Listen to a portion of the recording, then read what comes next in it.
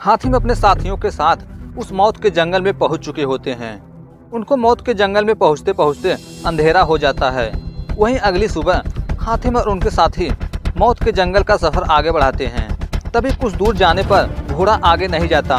तभी हातिम घोड़े से नीचे उतरकर कहते हैं कि इसके आगे हमें पैदल ही चलना होगा। वे काफी समय तक जंगल में चलते हैं, लेकिन उन्हें कोई भी दूर दूर तक कहीं नजर नहीं आता। तभी उनके पास कुछ चमगादड़ उड़ते दिखाई देते हैं, जिससे बचने के लिए वे सब वहां से भागते हैं। तभी देखते हैं कि किसी एक इंसान की कंकाल दिखाई देती है, जिसके पास से काफी बदबू आ रही होती है। उसी वक्त हातिम को कोई भागते हुए दिखाई देता है। हातिम जाकर देखता है तो पता चलता है कि वह एक छोटी लड़की है। तभी उस लड़की से पूछने से पता चलता है कि तुम अकेली इस जंगल में क्या कर रही हो। तभी हातिम के कहने पर वह लड़की अपने माँ बाप और अपने साथियों के पास हातिम को ले जाती है। लेकिन हातिम और उनके साथी जिसकी खोज में आए थे, उसका अभी तक कुछ भी पता नहीं चलता है। यानी करामाती पत्थर जिसे कि जुमैर चोरी करके इस जंगल में भाग आया था। तभी उस लड़की के साथियों में से एक बुजुर्ग हातिम से पूछता है कि तुमने क्या जुर्म किया है जो कि तुम्हें इस जंगल में रहने की सजा मिली है। तभी हातिम बताते हैं कि हमें कोई भी सजा नहीं मिली है, हम किसी की तलाश में यहाँ आए हैं जो कि इस्तियान देश का गुनहगार है। तभी हातिम कहता है कि मौत के जंगल में उन्हीं को भेजा जाता है जो बहुत बड़ा जुर्म किया हो। लेकिन यह छोटी सी लड़की ने क्या जुर्म किया है जो इसे इस जंगल में जानवरों की तरह रहना पड़ रहा है। तभी उस लड़की की माँ द्वारा बताया जाता है कि मेरे पति ने भूख के कारण थोड़ा सा अनाज चुरा लिया था, जिसकी वजह से हमें इस जंगल में रहना पड़ रहा है। तभी उन लोगों द्वारा बताया जाता है कि इस्तियान देश में उस करामाती पत्थर द्वारा सजा मिलती है। पत्थर जो कहती है वहाँ के लोग वही सजा देते हैं, चाहे वह चोरी किसी भी परेशानी की वजह से की गई हो। तभी हातिम कहता है कि शायद तभी जुमैर उस करामाती पत्थर को चुरा लिया। तभी सभी लोग हैरान हो जाते हैं, क्योंकि उन्हें पता नहीं होता कि करामाती पत्थर चोरी हो गया है। और हातिम बताते हैं कि जिसने भी वह पत्थर चोरी किया है वह इसी जंगल में है।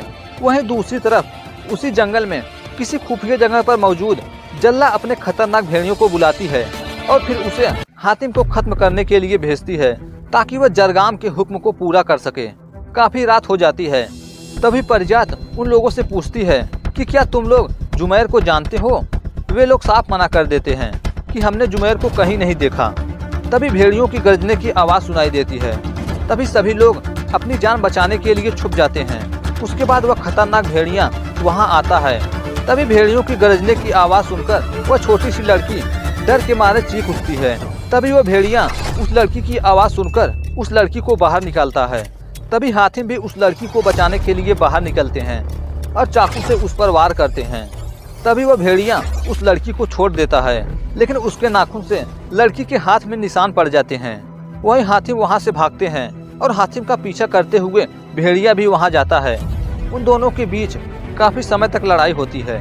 तभी हातिम लड़ाई करते वक्त जमीन पर गिर जाते हैं और भेड़िया उस पर हमला करने वाला होता है। तभी वह नीचे पड़े पानी में वह भेड़िया अपना चेहरा देखकर अचानक से वहां से भाग खड़ा होता है। तभी हातिम उस लड़की के पास जाते हैं और सुनते हैं कि वह बुजुर्ग उस लड़की की जान लेने की बात कर रहा होता है। तभी हातिम इसका कारण पूछते हैं तो उन्हें बताया जाता है कि जहरीले भेड़िए ने इस पर पंजा मारा है।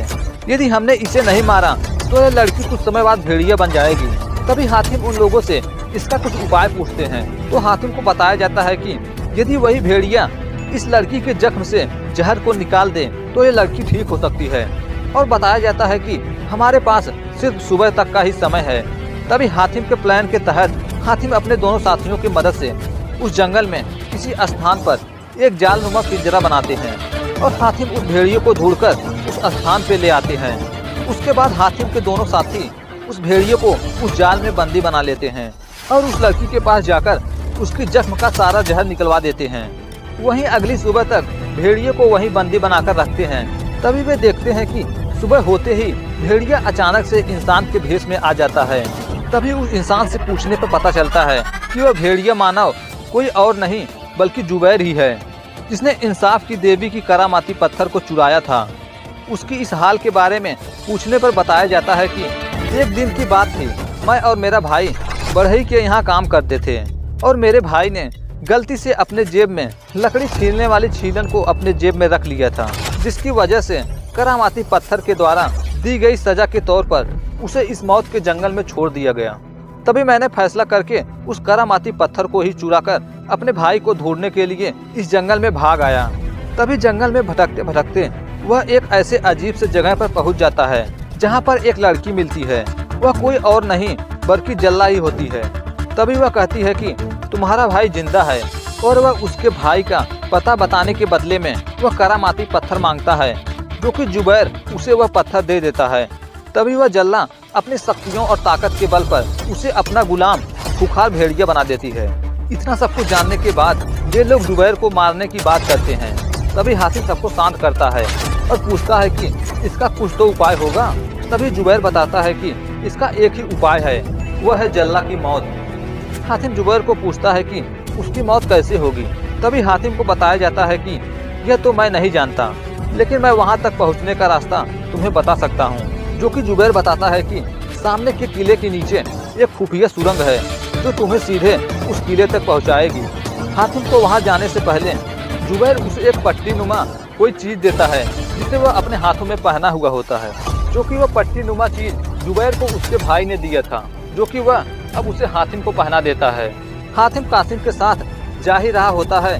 तभी वह बुजुर्ग कहता है कि यदि तुम रात होने तक उसे खत्म नहीं कर पाते तो हम जुबैर को खत्म कर देंगे, क्योंकि वह रात होने पर भेड़िया बन जाता है। तभी हातिम और कासिम उस किले तक पहुंच जाते हैं।